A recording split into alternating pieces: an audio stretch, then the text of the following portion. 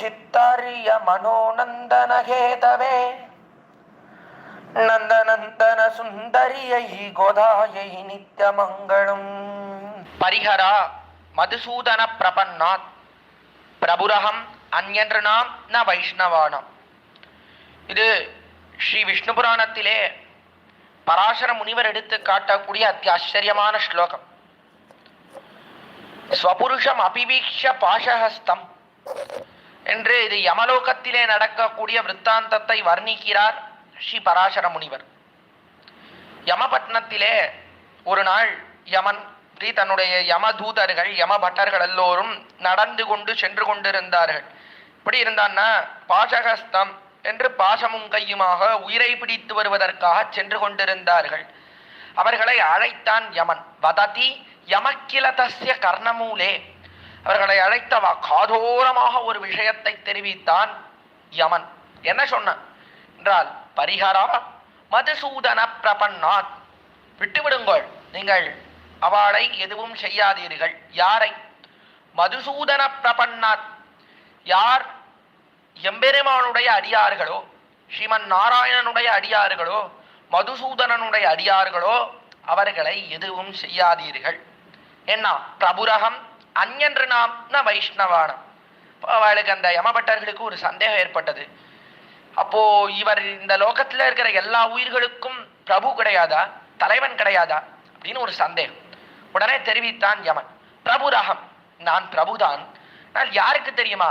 அந்யன்று நாம் ந வைஷ்ணவானம், ஸ்ரீ வைஷ்ணவர்களை தவிர மற்ற எல்லாருக்கும் நான் பிரபு.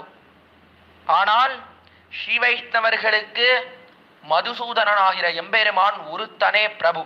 ஸ்ரீ வைஷ்ணவர்கள் வேணா எனக்கு பிரபுன்னு சொல்லலாமே தவிர நான் அவர்களுக்கு பிரபு கிடையாது என்று தெரிவித்தான் யமன். அவனுடைய தூதர்களை அழைத்து காதோரத்தில் சொன்னான். என்ன இது வெளியிலே தெரிந்தது என்றாலே எம்பெருமான் காதிலே இப்படி சொல்றான் யமன். நீ தெரிந்தாலே யமனை கொன்னுடுவான் எம்பெருமான். ஏன்? ராஜமகிஷி ராஜாவினுடைய மனைவின் மேலே ஒருத்தன் ஆசைப்படுறான். அவனிடத்திலே பா ராஜமகிஷியை ஆசைப்படாதே அப்படின்னு ஒருத்தன் சொல்றான். இது ராஜாக்கு அது கெட்டித்து அப்படின்னா என்ன பண்ணுவான்னா, ஆசைப்பட்டவன் ராஜாவினுடைய மனைவியை ஆசைப்பட்டவனையும் கொன்னுடுவான், ஆசைப்படாதேன்னு சொன்னவனையும் கொன்னுடுவான். இரண்டு பேரையும் கொன்று விடுவன் ராஜா. அதனாலே அவனோட காதோரமா ராஜ மகிஷிடா ராணிடா அவள் மேலே ஆசைப்படக்கூடாது என்று காதோரமாக தெரிவிக்குமா போலே தெரிவிக்கிறான் யமன் தன்னுடைய பட்டர்களுடைய காதோரமா. ஏன்? நாம் எம்பெருமானுக்கு பத்னி ஸ்தானத்திலே இருக்கக்கூடியவர்கள், அவர்களிடத்துல போடாது, அவர்களை விட்டுவிடுங்கோள், இல்லையேல் மது என்கிற அசுரனை அழித்தா போலே நம்ம எல்லோரையும் அழித்து விடுவன் என்று யமன் தெரிவித்ததாக ஆச்சரியமாக எடுத்து காட்டுகிறார் ஸ்ரீ விஷ்ணு புராணத்திலே.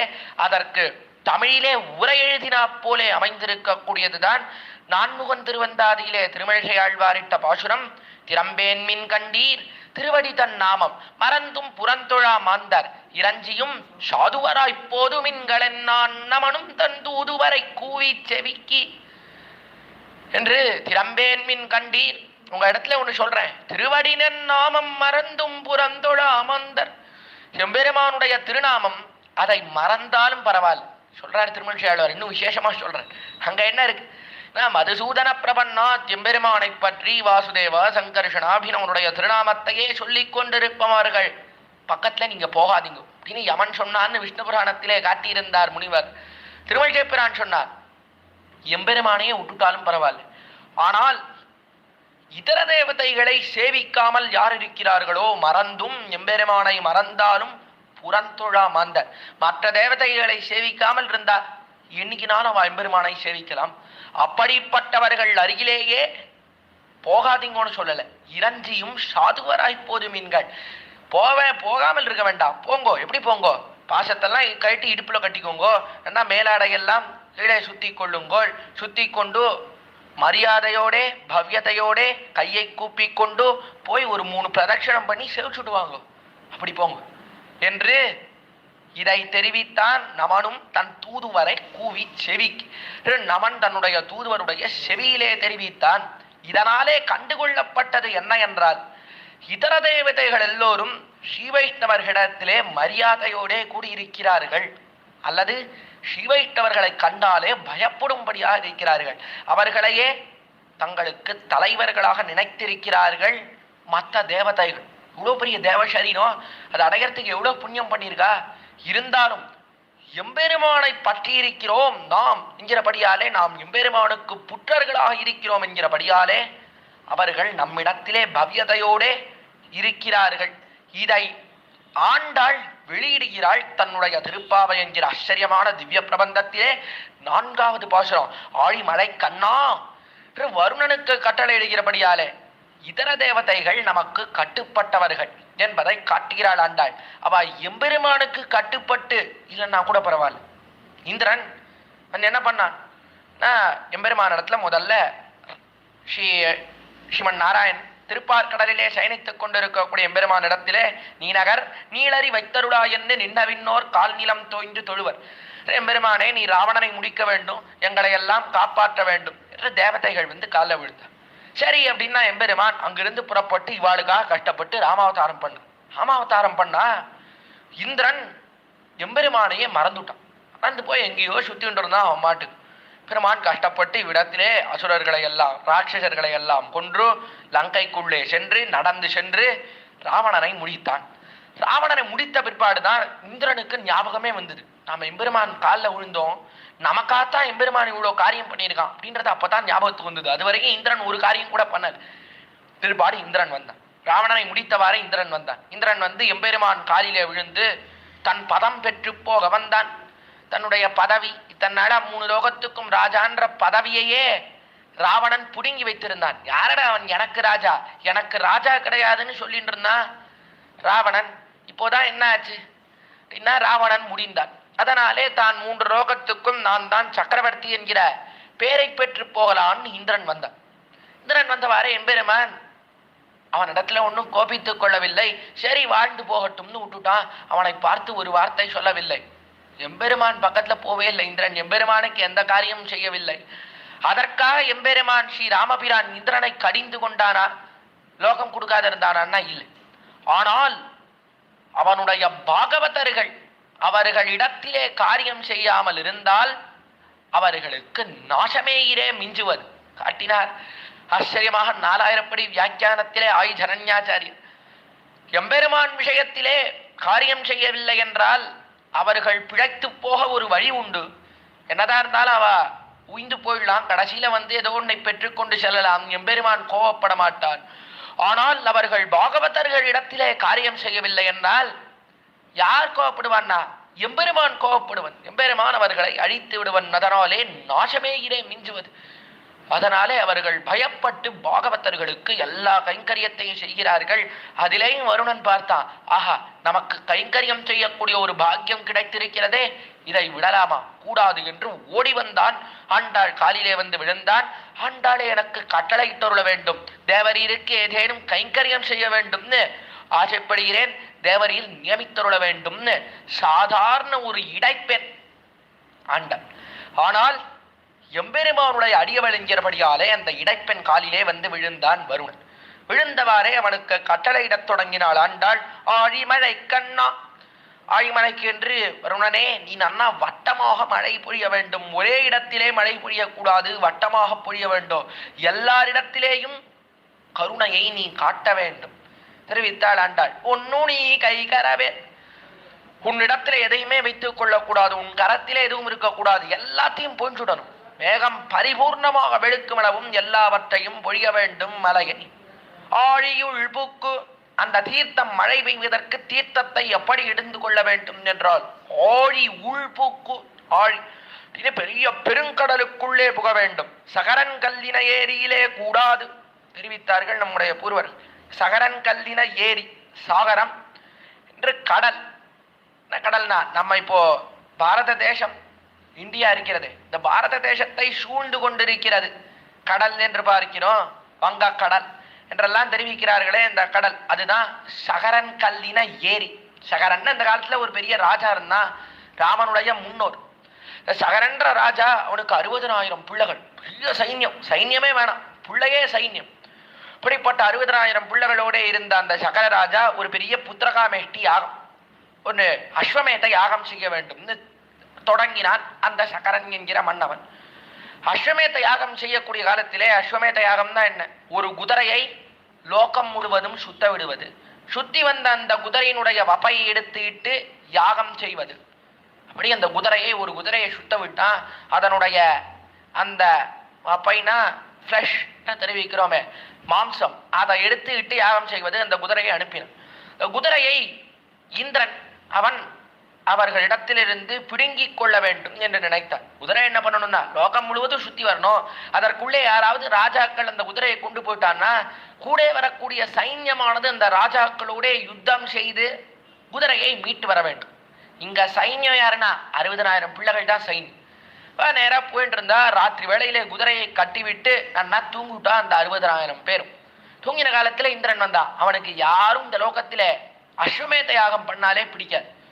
ஏன்னா 100 அஸ்வமேத யாகம் பண்ணா சொர்க்கலோகம்னு விதித்திருக்கிறது சாஸ்திரம். எங்க இவாள்லாம் அஸ்வமேத யாகம் பண்ணி சொர்க்கத்துக்கு வந்துட்டா என்ன பண்ணுறது? இந்திரனுக்கு பயம். அதனால யார் அஸ்வமேத யாகம் பண்ணாலும் அவன் தடுத்து விடுவன். இந்திரன் வந்தான். குதிரையை பிடுங்கி கொண்டு போய் பாதாள லோகத்திலே கபிலர் என்ற ஒரு முனிவர், அவர் தபஸ் பண்ணிட்டு இருந்தார். அப்படிப்பட்ட அந்த முனிவருடைய ஆசிரமத்திலே பக்கத்துல நன்னா கட்டி விட்டு வந்து விட்டான் இந்திரன். கார்த்தால எழுந்து பார்த்தா 60,000 பிள்ளைகளும் குதிரையை காணவே காணோம். லோகம் முழுவதும் தேடினார்கள், எங்கேயுமே இல்லை குதிரை. சரி, பாதாள லோகத்துக்கு போவோம். 60,000 பேரும் சேர்ந்து தோண்டிண்டே பாதாள லோகம் வரைக்கும் போயிட்டான். போனா அங்க கபில முனிவர் என்று இருக்கிறார். அவர் எம்பெருமானுடைய அம்சாவதார். அந்த முனிவர் தியானம் பண்ணிட்டு இருக்கார். அவர் ஆசிரமத்திலே குதிரை இருந்தது. பார்த்தார்கள் இந்த 60,000 பேரும். நேர போனா அந்த கபில முனிவரை கொன்று இந்த குதிரையை மீட்டு வர வேண்டும் நினைத்தா கபிலரின் மீதே 60,000 பேரும் பாய்ந்தார்கள். கொல்லணுன்ற வெறியோடே பாய்ந்தார்கள். பார்த்தா அந்த கபிலர் அப்படி கண்ணை திறந்தார். கண்ணை திறந்து ஹும் அப்படின்னு ஒரு ஹுங்காரம் பண்ண உடனே எல்லாரும் ஒரு புடி சாம்பலா போயிட்டார். பார்த்தான் சகரனுக்கு அந்த விஷயம் தெரிந்தது. ஐயோ, இப்படி ஆயிட்டாலே, இந்த சாம்பல் இதையாவது ஒரு புண்ணிய தீர்த்தத்திலே கரைக்க வேண்டும், அவர்களுக்கு நற்கதி ஏற்படும் அந்த ஆத்மாக்களுக்குன்னு நினைத்தான் சகரன். அப்பொழுது கங்கை இந்த லோகத்திலே ஓடிண்டுள்ள, அதனாலே கங்கையை கொண்டு வர வேண்டும் என்று நினைத்தான் அப்பொழுது சகரன். அதனாலே ரொம்ப பிரயத்னப்பட்டான் சகரன். அவனாலே முடியல. அவனுடைய பிள்ளை அம்சுமான் என்று இருந்தான். அவனும் பிரயத்தனப்பட்டான். கங்கையானது தேவலோகத்துல ஓடிட்டு இருந்தது. அதை கொண்டு வர வேண்டும் நிறைய முயற்சி செய்தான். அவனாலேயும் முடியவில்லை. கடைசியிலே பகீரதன் என்கிற பிள்ளை வந்தான். அம்சுமானுடைய பிள்ளை பகீரதன். அவன் வந்து மேலே இருக்கக்கூடிய ருத்ரனிடத்திலே நிறைய கொடிய தபஸ் எல்லாம் பண்ணான்.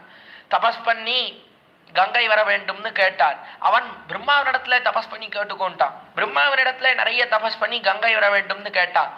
சரி, நான் இதை கங்கை அனுப்புறேன், ஆனால் அதை தாங்குவதற்கு ருத்ரன் இருக்க வேண்டும், அப்போதான் கங்கை மறுபடியும் கீழே வரும் அப்படின்னு சொன்னான். சரின்னு ருத்ரன் நோக்கி தபஸ் பண்ணி இதை நீர் தாங்கி உம்ம ஜடையிலிருந்து அவிழ்த்து விட வேண்டும் கீழே அப்படின்னு அவரை நோக்கி தெரிவித்தார். அவர் சரின்னு சொன்னார். நிறைய தபஸ்கள் எல்லாம் பண்ணி கங்கையை கஷ்டப்பட்டு கீழே அழைத்து கொண்டு வந்து இழுத்து வந்தான். அவனுடைய தேரின் பின்னாடியே வந்தது கங்கை. பகீரதன் அவன் இழுத்து வந்தபடியாலே கங்கைக்கு பாகீரதி என்று ஒரு பெயர். அந்த கங்கையானது நேரா ஓடி வந்து ஒரு பெரிய அந்த பள்ளம் தோண்டின்னு போயிருக்காரு 70,000 பிள்ளைகள். அந்த பள்ளத்திலே ஓடினது அந்த கங்கை. பள்ளம் முழுவதும் தீர்த்தம் நரம்பிடுது. அது பெரிய சமுத்திரமாய் விட்டது. அந்த சமுத்திரம் தான் இப்போ இந்த பாரத தேசம் முழுவதையும் சூழ்ந்திருக்கிறது. அதை போலே சாதாரண சமுத்திரத்திலே போய் வருணனே மேகத்தோடே போய் நீ தீர்த்தத்தை எடுத்து கொண்டு வரக்கூடாது. எதிரே தெரியுமா புக வேண்டும்? பெரிய மகார்ணவம் பெரும் கடல் இருக்கிறது, ஓஷன். அதற்குள்ளே சென்று நீரை தூக்கி கொண்டு வர வேண்டும் என்று ஆண்டாள் கட்டளையிடுகிறாள். ஆழியுள் பூக்கு ஓஷன், அந்த மாதிரி பெரிய கடலுக்குள்ளே போய் உள்பூக்கு அடி வரைக்கும் போனோம். முகந்து கொடு, நன்னா தீர்த்தத்தை கழுத்தளவும் எடுத்துக் கொள்ள வேண்டும், கழுத்தே கட்டளையாக நீரை பருக வேண்டும் சொன்னார். வேடிக்கையா ஒரு கதை சொல்வதுண்டு. ஒரு ஊர்ல ஒரு ஆச்சாரியன் ஒரு சிஷ்யன் இருந்தான், 2 பேர். ஆச்சாரியன் சிஷ்யனும் ஒரு ஸ்ராத்தம், அதற்கு ஒரு தவசத்துக்கு சாப்பிட போனோம்னு கிளம்பி போனா நன்னா சாப்பிட்டுட்டா ஆச்சாரியன் சிஷ்யன் 2 பேரும் நன்னா சாப்பிட்டார். வெளில வந்த வரே ஆச்சாரியன் சொன்னார், டேய் சிஷ்யா, நிறைய சாப்பிட்டுட்டேன் போல இருக்குடா, வயிறு அப்படியே வெடிக்கிற மாதிரி இருக்குடா சொன்னார் அவர்கிட்ட. சிஷ்யன் சொன்னான், அப்படியா சுவாமி, அவ்வளோ சாப்பிட்டுட்டீரா? முடியலன்னா பரவாயில்ல, வாயில் எடுத்துடும், சாட்டதெல்லாம் வாயில் எடுத்துடும் சொன்னான் அந்த சிஷ்யன். உடனே சொன்னார் ஆச்சாரி, டேய், ஸ்ராத்தத்தை சாட்டதை வாயில் எடுக்கிறதுலாம் தப்புடா, அதெல்லாம் பண்ணக்கூடாதுடா அப்படின்னு சொன்னார். சொல்லிட்டு மறுபடியும் சொன்னார், ஓ முடியலையேடா, ரொம்ப சாட்டுட்டேன் போல இருக்குடா, நிறைய சாட்டுட்டேன்டா அப்படின்னார் அந்த ஆச்சாரி. பார்த்தான் சிஷ்யன், சொன்னான், சுவாமி பரவாயில்ல சுவாமி, உம்மா உடம்பு தான் முக்கியம், பரவாயில்ல, அதெல்லாம் ஒன்று, அது ஒரு நாள் வாயில் எடுத்தா பரவாயில்ல, வாயில் எடுத்துடும், சாட்டத்தை வாயில் எடுத்துடும் சொன்னான் சிஷ்யன். பார்த்தார் ஆச்சாரியர், அவராலையும் முடியல. சரிடா சிஷ்யா, எப்படி வாயில் எடுக்கணும் சொல்ல அப்படின்னு கேட்டேன். கேட்டவாறே அந்த சிஷ்யன் சொன்னான், என்ன சுவாமி, வாயில் எடுக்கிறதுக்கெல்லாம் உமக்கு நான் சொல்லி தரணுமா? நீர் ஆச்சாரியனா, நான் ஆச்சாரியனா? மற்ற எல்லா விஷயத்துக்கும் நீர் ஆச்சாரியன், வாயில் எடுத்துறதுக்கு நான் ஆச்சாரியனா? வாயில் எடுக்கிறதுக்கு வேற உமக்கு சொல்லி தரணுமா? என்ன சுவாமி, நீர் 2 விரல எடுத்துக்கோ, வாய்க்குள்ள நன்னா ஊடும், தொண்டை வரைக்கும் ஊடும், விட்டீர்னா எல்லாம் வழியில வந்துடும், அவ்வளவுதான், வாயில் எடுத்துடும் சொன்னான் சிஷ்யன். சொன்ன உடனே அந்த ஆச்சாரியன் சொன்னான், ஆடா சிஷ்யா, 2 விரல உள்ள விடுறதுக்கு இடம் இருந்திருந்தா 2 வடை சாட்டிருப்பேனே சொன்னார் அவர். தெரிவித்தார், 2 விரல் அதை உள்ள விடுற அளவுக்கு இடம் இருந்தா அந்த இடத்துல ஒரு 2 வடை சாட்டிருப்பேனே, அதுக்கு கூட இடம் இல்லைன்னு தானே சொல்லிட்டு இருக்கேன் அப்படின்னு சொன்னார் அந்த ஆச்சாரி. வேடிக்கையா சொல்வது உண்டு, அதுதான் கழுத்தே கட்டளை, கழுத்து வரைக்கும் இங்க வரைக்கும் சாட்டிருக்காரு ஆச்சாரி. அதனால தான் அவருக்கு 2 விரலை உள்ள விடுறதுக்கு கூட இடம் இல்லை, அவ்வளவு தூரம் சாட்டிருக்கார்.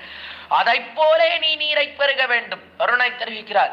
கழுத்து வரைக்கும் பூர்ணமா நீரை பருக வேண்டும், கருத்து இருக்க வேண்டும். அப்படிப்பட்ட நீரை பருகி கொண்டு புகந்து கொடு ஆர்த்து ஏறி நல்ல சப்தம் செய்ய வேண்டும். மகா அண்டாள் நோன்பு நோட்டாள், மழை பெய்ய போகிறது என்று எல்லோருக்கும் தெரியுமா போலே ஆர்த்து சப்தம் செய்து கொண்டு ஏறி வானத்தில் அப்படியே பரவி இருக்க வேண்டும். விண்ணீல மேலாப்பு விரித்தாற்போல் மேகங்காள், ஆண்டாளே மேலே தெரிவிக்க போகிறாளே, அப்படியே ஒரு மேலாப்பு மேற்கட்டி விதித்தா போலே ஆகாசம் முழுவதும் பரவி இருக்க வேண்டும். ஏரி ஊழி முதல்வன் உருவம்போல் மெய் கருத்து, ஊழி முதல்வன் எம்பெருமான், அவனை போலே நீ கருக்க வேண்டும். ஊழி முதல்வன் என்று ஏன் சொன்னான்? என்ன ஊழி? ஊழினா ஊழி காலம், அந்த காலம் பிரம்மாவினுடைய ஒரு ஆயுசு, அது ஊழி காலம்.